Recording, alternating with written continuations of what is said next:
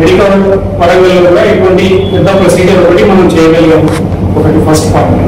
రెండోది ఏంటంటే దీనికి తగినటువంటి అనస్థీషియా డాక్టర్లు, దాని తర్వాత క్రిటికల్ కేర్ కూడా మనకు సపోర్ట్ ఉంది. కార్డియాలజిస్ట్ కూడా 24/7 చేసిన వెంటనే 24 గంటలు వాళ్ళని జాగ్రత్తగా చూసుకోవడం అనేది అవసరం. ఎందుకంటే ప్రాబ్లమ్స్ రాకుండా చూసుకోవడం అవసరం. ఇదేమంటే ఇది చేయగలిగాను. ఇలాగే ఆయన నడవడం జరిగింది. హైదరాబాద్ నుంచి నేను కూడా షఫీ గారితో మాట్లాడుతున్నాను, వాళ్ళు చూపించాలి. సో ఈ ప్రొసీజర్ అనేది ఇప్పుడు ఒక ప్రత్యామ్నాయం, ఒక నాట్ ప్రొసీజర్కి ఇది ఒక ప్రత్యామ్నాయంగా మనం తీసుకున్నాం. కానీ ఏంటంటే ఈ ప్రత్యామ్నాయం మొదలు హై రిస్క్ వాళ్ళకే చేసేవాళ్ళు. అంటే సర్జన్ చూసి ఈయన శరీరం సైజు చిన్నగా ఉంది, వాళ్ళ సైజు చిన్నగా ఉంటుంది, దీనికి సూటబుల్ కాదు అని వదిలేసారు. ఇక వాళ్ళకి వేరే మార్గం లేకుండా ఉంది. కానీ ఇప్పుడు ఈ చికిత్సా విధానం వచ్చిన తర్వాత ముందు అట్లా రిజెక్ట్ అయిన కేసెస్కే చేయడం మొదలు పెట్టారు. తర్వాత ఇది చాలా సులువుగా ఉంది, ఎల్ఆర్ఐ పేషెంట్ బాగైతున్నారు, నడుస్తున్నారు, 2 రోజులు ఇంటికి పోతున్నారు. సర్జరీలో ఉన్నటువంటి రిస్క్ దీంట్లో లేదు. సర్జరీ ఏంటంటే జనరల్ అనస్థీషియా ఇవ్వాలి, బ్లడ్ ఎక్కించాల్సి ఉంటుంది, పేషెంట్ వెంటిలేటర్ పై ఉంటారు, బ్లడ్ లాస్ ఉంటుంది, ఆ తర్వాత ఊండ్ హీలింగ్, ఇలాంటి ప్రాబ్లమ్స్ అన్నీ ఉంటాయి. అంతేకాకుండా దాంట్లో పేషెంట్ మనం అనస్థీషియా ఇస్తాం కాబట్టి పక్షవాతం రిస్క్ కూడా ఉంటుంది. అయితే వెంటిలేటర్ మీద ఉన్నప్పుడు మనకు పక్షవాతం వచ్చిందా తెలియదు. అది తీసిన తర్వాత చూస్తే పేషెంట్ మూతి వంటలు, కాలు చేయి చెప్పుకోవడం, ఇలాంటి రిస్క్స్ ఉండేవి. సో దీనిలో అట్లాంటివన్నీ లేవు. ఇదేంటంటే లోకల్ అనస్థీషియా. మనం ప్రొసీజర్ చేస్తున్నప్పుడు ఆయన మనతో మాట్లాడుతుంది, ఎవరికి బాగున్నారంటే బాగున్నారంటారు, ఎవరు నొప్పుందంటే కొంచెం త్వరగా నొప్పుందని ఈ రకంగా చెప్తుంది. సో అందువల్ల ఏమైందంటే ఈ చికిత్సా విధానమే ఇంకా ముందుకు ఇప్పుడు ఈ విధానంలో సర్జరీ అనేది మనం తగ్గించాము. ఇదేంటంటే జనరల్గా ఏజ్డ్ పీపుల్కి వస్తుంది. నార్మల్గా 65 సంవత్సరాలు దాటిన తర్వాత ఆ కవాటం ఏంటంటే వేరే ఏదైనా కూడా మనం తలుపులు ఉన్నాయనుకోండి, ఊరికి మూసి తెరిచి ఉంటే అవుతాయి డ్యామేజ్. అట్లనే ఈ కవాటాలు కూడా డ్యామేజ్ అవ్వడం అనేది జరుగుతుంది. వాటిపైన కాల్షియం డిపాజిట్స్ ఏర్పడతాయి. ఆ డిపాజిట్స్ ఏర్పడినప్పుడు ఆ ఏదైతే అవుట్ఫ్లో పైప్ ఉందో అది చిన్నదే. సో దానివల్ల రక్తం సరఫరా అనేది తగినంత పోదు. పైప్ ఇంకా పెద్దగా ఉందనుకోండి, రక్తం బాగానే. ఇప్పుడు అది చిన్నగా అయిపోతే ఏమవుతుందంటే మీకు ఫ్లో తగ్గుతుంది. దానివల్ల హార్ట్ ఎక్కువ ప్రెషర్తో పంప్ చేయాల్సి వస్తుంది. ఇది కూడా కొద్ది రోజులు చేస్తుంది బాడీ నేచర్ ప్రకారం. కానీ కొన్ని రోజుల తర్వాత ఏంటంటే ఇది ఓవర్ వర్కింగ్ వల్ల హార్ట్ ఫెయిల్ అవుతుంది. సో అది వెడల్పు అయిపోతుంది, పంపింగ్ పవర్ డ్రాప్ అవుతుంది. అప్పుడు ఏమవుతుందంటే ఈ చిన్న ఏదైతే హోల్ ఉందో ఇందులో వచ్చే రక్తం తగ్గిపోతుంది. సో దానివల్ల వాళ్ళకి ఆయాసం, కాలు వాపులు రావడం, ఒక్కొక్కసారి కళ్ళు తిరిగి పడిపోవడం, ఇట్లాంటి లక్షణాలు ఉంటాయి. అయితే ఈ స్టేజ్ వరకు ఏంటంటే అది చాలా టైట్ అయ్యాయి, ఎందుకంటే టైం పడుతుంది. సో అది మనం గుర్తించిన వెంటనే అది పోవడానికి సివియర్ ఉందనుకోండి, అప్పుడు దానికి మనం ఈ ప్రొసీజర్ చేస్తున్నాం. ఇప్పుడు అది విజయవంతంగా చేసినాము. రెగ్యులర్గా ఈ మధ్య అన్ని ఇట్లాంటి కేసెస్ అది దాని గురించి అవేర్నెస్ కూడా క్రియేట్ చేయాలి. తను చెప్పినట్టు మనం ఎక్కువ హార్ట్ అటాక్ గురించి దాని గురించి తెలుసుకున్నాం. కానీ ట్యాగీ ప్రొసీజర్ అంటారు, టీఏడిఆర్ లేకపోతే టీఏడిఆర్ అంటే ఇది మనం ట్రాన్స్ క్యాథెటర్ ప్రొసీజర్ అది ఇది చేయడం జరిగింది. దీనిలో లోకల్ అనస్థీషియా అయిపోయింది. అప్పుడప్పుడే ఇక్కడ చేసినటువంటి చిన్న ట్యూబ్ ఉంటుంది, అది తీసేసాము టేబుల్ పైన. తర్వాత ఒక రోజు ఐసీలో ఉన్నాము, మార్నింగ్ నడిచారు. ఆ తర్వాత రోజు వాళ్ళు ఇంటికి వెళ్ళడం చేసి దాదాపు 3 వీక్స్ అయింది. సో ఇది కొంచెం ప్రజల్లో దీని గురించి అవగాహన కల్పించాలి.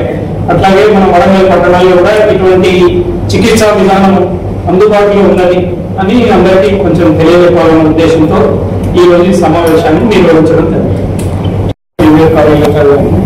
తర్వాత ఇంకా ఎంబీబీఎస్, ఎండి, ఫెలోషిప్ మెడికల్ చేసి ఇక్కడికి వచ్చాము. ఈ మధ్యలో మెడికల్ హాస్పిటల్లో డైరెక్టర్ ఆఫ్ కార్డియాలజీ, కార్డియాక్ సర్జరీగా నేను పనిచేస్తున్నాను, సికింద్రాబాద్ బ్రాంచ్. అయితే అభినందన గారు అక్కడికి రావడం జరిగింది. ఆయన ప్రాబ్లం తీసుకుంది. వాళ్ళు గత 2 సంవత్సరాల నుంచి అనేక మంది దగ్గరికి పోతున్నారు. వాళ్ళు బైపాస్ సర్జరీ చెప్పారు. సో వారికి బైపాస్ సర్జరీ వద్దు, దాని వల్ల ప్రత్యామ్నాయం ఏమైనా ఉందా అని వాళ్ళు తెలుసుకోవడానికి నా దగ్గర రావడం జరిగింది. ఇప్పుడు ఏదైతే అధునాతనమైన చికిత్సా విధానం షఫీ చెప్పారో ఆ ప్రొసీజర్ వాళ్ళకి చేయడం జరిగింది. నార్మల్ ఏంటంటే ఇది పెద్ద పెద్ద పట్టణాలలో చేస్తాం, పెద్ద హాస్పిటల్స్లో. ఎందుకంటే సర్జరీ, క్రిటికల్ కేర్ ఇవన్నీ అవసరం. ఎందుకంటే ఆ ప్రొసీజర్ అనేది పెద్ద ప్రొసీజర్. సో దానికి చూసుకునే డాక్టర్లు, దానికి తగినటువంటి పరికరాలు అన్నీ అవైలబుల్ ఉంటాయి. అయితే వారికి ఏంటంటే ఇక వరంగల్లో చేయించుకుంటామని చెప్పడం జరిగింది. అందువల్ల నేనే అస్మతుల్లా ఖాన్ గారు అనేసి మనతో పాటు మిత్రులు ఉన్నారు. తన హుజూరాబాద్ వాసులు. తనకి తనకి కవాటాల జబ్బు ఉండేది, అంటే అయోటిక్ సివియర్ అయోటిక్ స్టెనోసిస్ అంటారు. కాకపోతే తనకు ఆస్తమా, షుగర్, బీపీ అన్నీ ఉన్నాయి కాబట్టి ఒక 4-5 సెంటర్లు వెళ్ళిన తర్వాత కూడా అక్కడ వాళ్ళకు సర్జరీ చేయమన్నారు. అలాంటి పరిస్థితుల్లో అస్మతుల్లా ఖాన్ గారు వాళ్ళ కొడుకు మిత్రులతో పాటు మా దగ్గరికి సార్ దగ్గరికి వచ్చారు. జనరల్గా మనం కవాటాల సర్జరీ అంటే మనం చూసేది ఏంటి, ఓపెన్ హార్ట్ సర్జరీ చేసేసుకొని ఒక 10 నుంచి 15 రోజులు మానడానికి టైం పడుతుంది. ఓపెన్ చేసుకున్న తర్వాత అది కూడా వాల్వ్ అనేది మెటాలిక్ వాల్వ్ వేస్తారు. అలా కాకుండా మనకు అత్యాధునిక చికిత్స ఏంటి, ఓపెన్ హార్ట్ సర్జరీ లేకుండా తొడ లోపల నుంచే వాల్వ్ అనేది మనము పైకి ఎక్కించి ఆ వాల్వ్ అనేది రీప్లేస్మెంట్ చేస్తాం. ఈ ప్రొసీజర్ ని మనము టాగల్ అంటాం, ట్రాన్స్ఐరోటిక్ వాల్వ్ రీప్లేస్మెంట్ అంటాం. నాతో పాటు మిత్రులు డాక్టర్ శ్రవణ్ సార్ వచ్చారండి. ఆల్మోస్ట్ 7.5% పాపులేషన్ లో కవాటాల జబ్బులు ఉన్నాయి. ఇది మనం పట్టించుకోలేదు అనుకోండి, ఎంతసేపు మనం హార్ట్ అటాక్ గురించి ఆలోచిస్తాం, అంతే కదండి. ఈ కండరాల జబ్బులు, కవాటాల జబ్బుల గురించి అసలు ఆలోచించాం. ఈ కవాటాల జబ్బు సపోజ్ నాకు ఇవాళ ఒక కవాటానికి జబ్బు ఉందని తెలిసింది అనుకోండి, ఈ 2 నుంచి 5 సంవత్సరాల్లో దగ్గర 80% మంది చనిపోతారు. ఇప్పుడు హార్ట్ అటాక్ వచ్చింది అనుకోండి, సడన్ గా చనిపోతారు. అలా కాకుండా కవాటాల జబ్బు ఉంది అనుకోండి, రోజు రోజుకు బాధపడుతూ ఆ కాళ్ళు ఊగిపోయి ఆయాస పడుకుంటూ ఇబ్బంది పడుకుంటూ ప్రాణాలు అనేది విడుస్తారు. పాతకాలంలో ఎలా ఉండేదండి ఓపెన్ హార్ట్ సర్జరీ, మనమే మన చిన్న వయసులో చూసి ఉంటాం. ఓపెన్ హార్ట్ సర్జరీ చేసేస్తాము, అది మానడానికి టైం పడుతుంది, వయసు ఎక్కువ ఉంటుంది, సరిపోదు, వాళ్ళు అనేది సైజు దొరకదు, పుండు మానదు. షుగర్ ఉంటే కనుక షుగర్ జబ్బులు, కోమార్బిడిటీస్ ఉన్న వాళ్ళు అస్సలు మనకు ఇబ్బందికరంగా ఉంటుంది. దానికి ఏం చేస్తారు, ఈ తొడ లోపల నుంచే వాల్వ్ అనేది మనం ఎక్కిస్తాం. ఆ వాల్వ్ అనేది ఒక చిన్న పైప్ లైన్ ఒకటి తెప్పిస్తాను, చూపిస్తాను, సో దట్ మీరు అండర్స్టాండ్ అవుతుంది. చిన్న వాల్వ్ అనేది ఇమిడ్చి అందులోపల నుంచే మనం దూరం చేసి కవాటాల అనేది మార్పిస్తాం. దీంతో అడ్వాంటేజ్ ఏముంటుంది, ఖర్చు తక్కువ అవుతుంది. రెండోది హాస్పిటల్లో ఇప్పుడు ఓపెన్ హార్ట్ అనుకోండి, 10-15 రోజులు హాస్పిటల్లో ఉండాల్సి వస్తుంది. 2 రోజులు ఇవన్నీ ఉంటాయి. ఏమీ లేకుండా నెక్స్ట్ డే డిశ్చార్జ్, మీకు వీడియో చూపిస్తాము. రికవరీ టైం అనేది చాలా చాలా చాలా తగ్గిపోతుంది. ఇన్ఫెక్షన్ అనే టైం అనేది తగ్గిపోతుంది, కాంప్లికేషన్స్ టైం అనేది చాలా తగ్గిపోతుందండి. సో ఇది ఇది నాకు తెలిసినంత వరకు వరంగల్లో 2వ కేసు అండి. 1వ కేసు మనము హజారాబాద్ సార్ చేయడం జరిగింది. మనకి ఇక్కడ 2వ కేసు ఇక్కడ వరంగల్లో అనేది మనం మెడికల్ హాస్పిటల్లో చేశాం. దీని గురించి మీకు ఇంకేమైనా డౌట్స్ ఉన్నాయంటే వీడియో చిన్నగా ప్లే చేస్తాము. నేను సార్ ప్రమోద్ సార్ ఒకసారి మాట్లాడమని హృదయపూర్వకంగా కోరుతున్నాను. ఈ కారు లోపల ఇందాక కనిపించింది, ఈ ట్యూబ్ వేస్తుందని చూడండి, మార్కర్ ట్యూబ్ అనుకుంటాం. అంటే ఎక్కడ మనం కొలతలతో వేయాలనుకునే నిర్ణయం అనేది తీసుకుంటాం.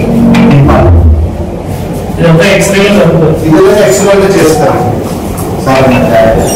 ఇది కనిపిస్తుందండి, ఈ పైప్ లాగా వెళ్తుంది కదా, ఈ పైప్ లోపల వాల్వ్ ఉంటుంది, ఫిక్స్ అయి ఉంటుంది వాల్వ్. దాన్ని తీసుకొని ఎగ్జాక్ట్ గా అక్కడ మనము పెట్టడం అనేది జరుగుతుంది.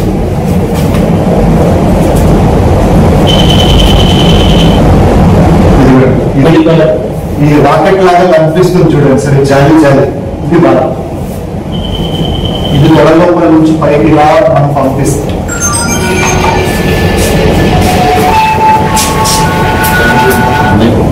ఒక ట్యూబ్ లోపల ఉంటుంది, మనం ట్యూబ్ వెనక్కి లాగినప్పుడు వాళ్ళు ఎక్స్పాండ్ అయ్యి జరుగుతుంది, తెచ్చుకుంటున్నాను. జాలి జాలి కనిపిస్తుంది కదా సార్, దాని మధ్యలో వాడుకుంటుంది.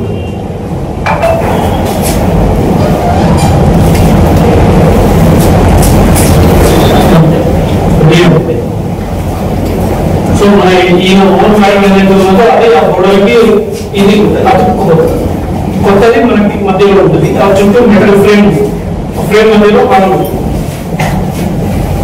ఈ డివైస్ కే కొంచెం కాస్ట్ ఉంది కాబట్టి ప్రొసీజర్ కాస్ట్ ఎక్కువ అని ఇంకా నెంబర్స్ వెళ్తే అది కూడా తక్కువ.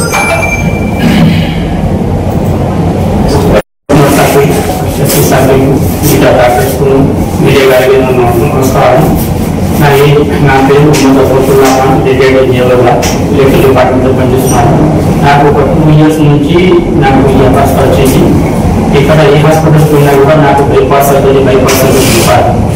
నా రీసెంట్గా కూడా నేను కరీంనగర్ వెళ్ళినా కూడా అక్కడ కూడా డాక్టర్ కూడా చెప్పేసి చెప్పేసి నాకు చాలా ఉపయోగంగా వాళ్ళు చేయించారు. మా పిల్లలను కూడా చెప్పేసి నేను డాక్టర్ ప్రొఫెసర్ దగ్గర వెళ్ళిన తర్వాత నాకు చాలా సంతోషం అనిపించింది. సార్ ఒక ఐడియా ఇచ్చారు. దాని ప్రకారం ఒక స్కానింగ్ చేయమని చెప్పేసి నేను స్కానింగ్ చేయించినాను. దాని మొత్తం రిపోర్ట్ కూడా సార్ కూడా చూశారు. మీకు ఎందుకు చేయవచ్చు అని చెప్పేసి నాకు ఇక్కడ మెడికల్ హాస్పిటల్లో జేఎన్సీ సార్ కూడా చెప్పేసి ఇంకా స్టాఫ్ కూడా నాకు ఐసీయూలో కూడా చాలా సహకరించారు. నాకు బాగా నాకు ఎలాంటి నొప్పి లేకుండా నేను నాకు మంచిగా ఉన్నానని చెప్పేసి నాకు డాక్టర్స్ పార్టీలో చెప్పేసి నేను 30 తారీఖు నా ఆపరేషన్ ఏంటి చెప్పేసి నాకు ఎలాంటి కూడా ఇప్పుడు ఏమి బాధ లేదని చెప్పేసి మీరు ఫ్యామిలీ కూడా తెలియజేస్తున్నా చెప్పేసి నాకు డిశ్చార్జ్ కూడా చెప్పేసి నాకు మనకు రాత్రి కూడా నడిపించారు. ఒక 6 నిమిషాలు కూడా చెప్పేసి నాకు నా ఎటువంటి ఆరోగ్యం చెప్పేసి కూడా చూశారు. చూసేసి నాకు 2వ తారీఖు నాడు నాకు డిశ్చార్జ్ చేసి హాస్పిటల్ నుంచి